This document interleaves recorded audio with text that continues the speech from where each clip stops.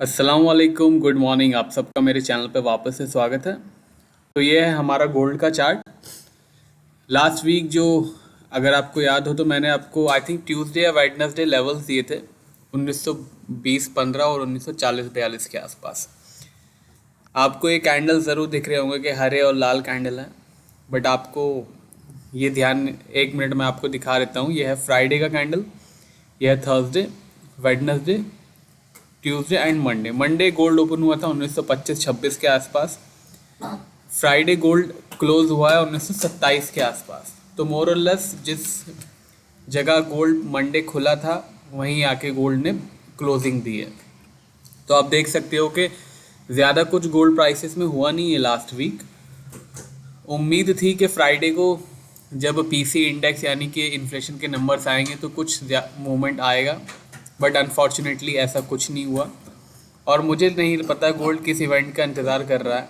Most probably ऐसा हो सकता है कि गोल्ड जो अगले हफ्ते फेडरल रिजर्व चेयरमैन की स्पीच होने वाली है और एक और मेजर डेटा है उसका वेट कर रहा हो। बट जिस तरीके से मूवमेंट आया उस तरीके से होना नहीं चाहिए था। एटलीस्ट पीसी इंडेक्स के बाद गोल्ड में थोड़ा सा मूवमेंट एक्सपेक्टेड था, बट ऐसा कुछ हुआ नहीं।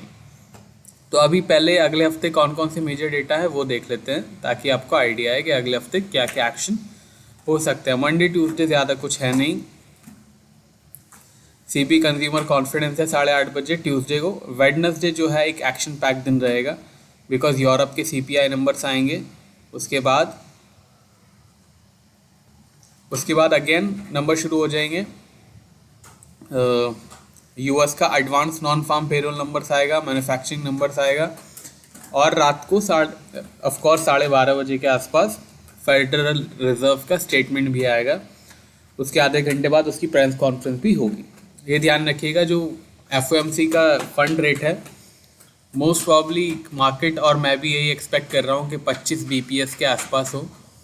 अगर कुछ सरप्राइज़ होगा तो ही मार्केट में कुछ ज़्यादा मूवमेंट देखने मिलेगी, अदरवाइज़ ज़्यादा जो मूवमेंट देखने मिलेगी वो प्रेस कॉन्फ्रेंस के आसपास मिलेगी। आप ये समझ सकते हो कि 20% का जो मूवमेंट है वो रेट अनाउंसमेंट में होगा और 80% का जो मूवमेंट है वो कॉन्फ्रेंस के आसपास होगा। उसके बाद थर्सडे को बैंक ऑफ इंग्लैंड की मॉनेटरी पॉलिसी भी है, यूरोप की मॉनेटरी पॉलिसी भी है, ईसीबी की फिर प्रेस कॉन्फ्रेंस भी है। तो मंडे ट्यूसडे तक ही शांति रहेगी मार्केट में। वेडनेसडे थर्सडे और फ्राइडे भी शांति रहने की उम्मीद कम है, because non farm payroll numbers हैं, अनएम्प्लॉयमेंट रेट है और फिर सर्विसेज नंबर्स भी हैं। अगले हफ्ते अगेन एक क्रूशल रह सकता है। वैसे अभी क्या कहते हैं, टीवी पे मैंने एक न्यूज़ देखी थी कल कि चाइना में 1.1 बिलियन लोग जो है वो कोविड से ग्रस्त हो सकते हैं। अब वो CNN पे देखी थी, बट बाकी किसी मीडिया हाउस ने उसे कवर नहीं किया है, ब्लूमबर्ग ने नहीं किया है और बाकी र्यूटर्स वगैरह या अल जज़ीरा ने नहीं किया। So I will not comment on that. But अगर वापस से कोविड बढ़ता है यूएस चाइना के अंदर तो अगेन गोल्ड को एक बूस्ट मिल सकता है। बाकी देखना होगा कि चाइना के लॉकडाउन अगर होते हैं तो फिर क्या होता है, बिकॉज अगर अनसर्टेनिटी आती है तो अनसर्टेनिटी हमेशा गोल्ड के लिए अच्छी ही होती है। तो गोल्ड $1927 के आसपास बंद हुआ है। अगले हफ्ते का रेजिस्टेंस और अगले हफ्ते का सपोर्ट क्या है देख लेते हैं। वैसे MCX के जो वीकली लेवल्स हैं वो मैं मार्केट कमेंट्री के टेलीग्राम चैनल पे दे दूंगा। इनफैक्ट जब तक आप ये वीडियो देखो तो इट इज़ पॉसिबल कि तब तक आ ही जाएँ। चलिए लेवल्स देख लेते हैं। वैसे अगर आप चैनल पे नए हो तो सब्सक्राइब कर लीजिए, ऑलरेडी सब्सक्राइबर हो तो लाइक करके ही वीडियो आगे बढ़ाइएगा। चलिए लेवल देखते हैं। तो 1850 इस हफ्ते का सपोर्ट रहेगा। 1850 के नीचे अगर क्लोजिंग हो जाती है तो फिर गोल्ड $1800 तक एक बार जा सकता है। 1960 का रेजिस्टेंस है। 1960 के ऊपर अगर क्लोजिंग होती है, ध्यान रखिएगा हम वीकली एनालिसिस में हैं, तो 1960 के ऊपर अगर क्लोजिंग हो जाती है तो $2000 और $2040-50 तक गोल्ड प्राइसेस जा सकते हैं। फ़िलहाल गोल्ड प्राइसेस वीकली चार्ट पे पॉजिटिव जोन में है, तो ख्याल रखिएगा। सिल्वर पे आते हैं। यह है सिल्वर। सिल्वर को अगर आप देखोगे तो ज़्यादा कुछ सिल्वर के अंदर हुआ नहीं है।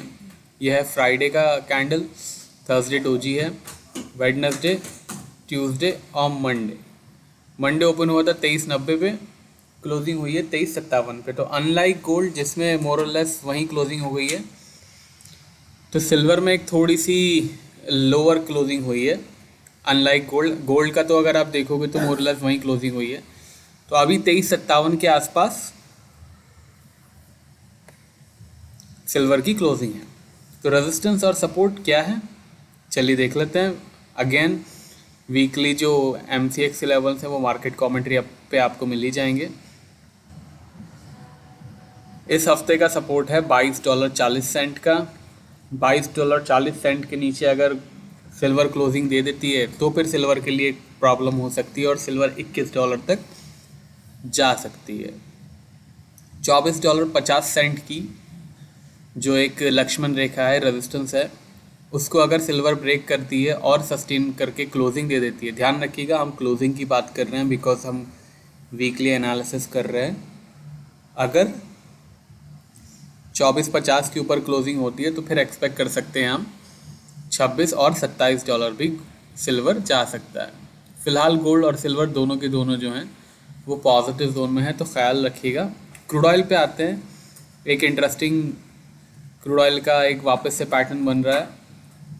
क्रूड ऑयल अगर आपको याद हो तो 22.50 के आसपास का मैंने आपको लास्ट वीक रेजिस्टेंस दिया था। क्रूड ऑयल ने मोर और लेस हफ्ते में आई थिंक 2-3 बार इस लेवल को ब्रीच करने की कोशिश करी, बट 22.50 क्रूड ऑयल से ब्रीच नहीं हुआ।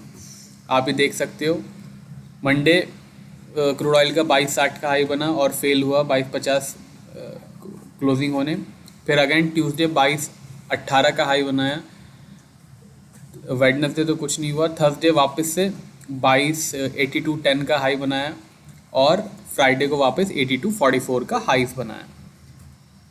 क्रूड ऑयल ने 5 में से 4 ट्रेडिंग सेशन हमारा ये वाला लेवल ब्रीच करने की कोशिश करी, बट अनफॉर्चुनेटली क्रूड ऑयल ने ये लेवल ब्रीच नहीं कर पाया।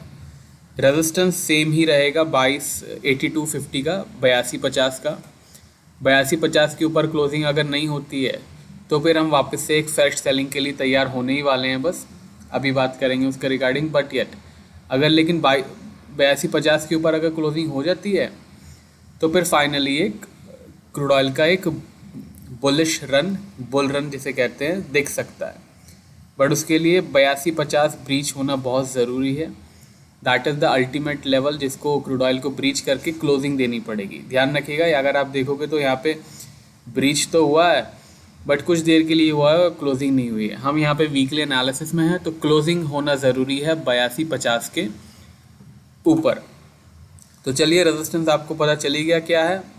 8250 का रेजिस्टेंस मैं लिख नहीं रहा हूँ, बट आप ध्यान रखिएगा 8250 का भी बहुत इंपॉर्टेंट रेजिस्टेंस है। यहाँ से सिर्फ $3 दूर है।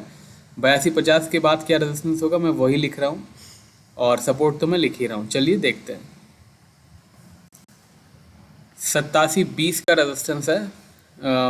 8250 अगर ब्रीच अज्यूमिंग के 8250 के ऊपर क्लोजिंग हो जाती है तो उसके बाद 8720 का रेजिस्टेंस होगा। उसके ऊपर की क्लोजिंग का मतलब है $95 के आसपास। सपोर्ट $74 का है। $74 के नीचे अगर क्लोजिंग हो जाती है तो 70 और $65 भी क्रूड ऑयल प्राइसेस जा सकते हैं। फिलहाल क्रूड ऑयल अभी भी वीक जोन में है, तो ख्याल रखिएगा। बाकी कुछ भी होगा तो मैं इंट्राडे वीडियो में आपको बताता ही रहूँगा। इंट्राडे वीडियो चैनल पे 11 बजे तक 12 बजे तक आ जाते हैं। अभी 4-5 दिन और हो सकता है कि वीडियो लेट मिले। बाकी पेड सिग्नल्स और मार्केट कमेंट्री की जानकारी मैंने वेबसाइट पे दे दी है। वेबसाइट का लिंक डिस्क्रिप्शन में दे रखा है। वीडियो यूज़फुल लगा हो तो लाइक शेयर कमेंट कीजिएगा। अब मिलेंगे नेक्स्ट वीडियो में, तब तक के लिए टेक केयर, बाय बाय।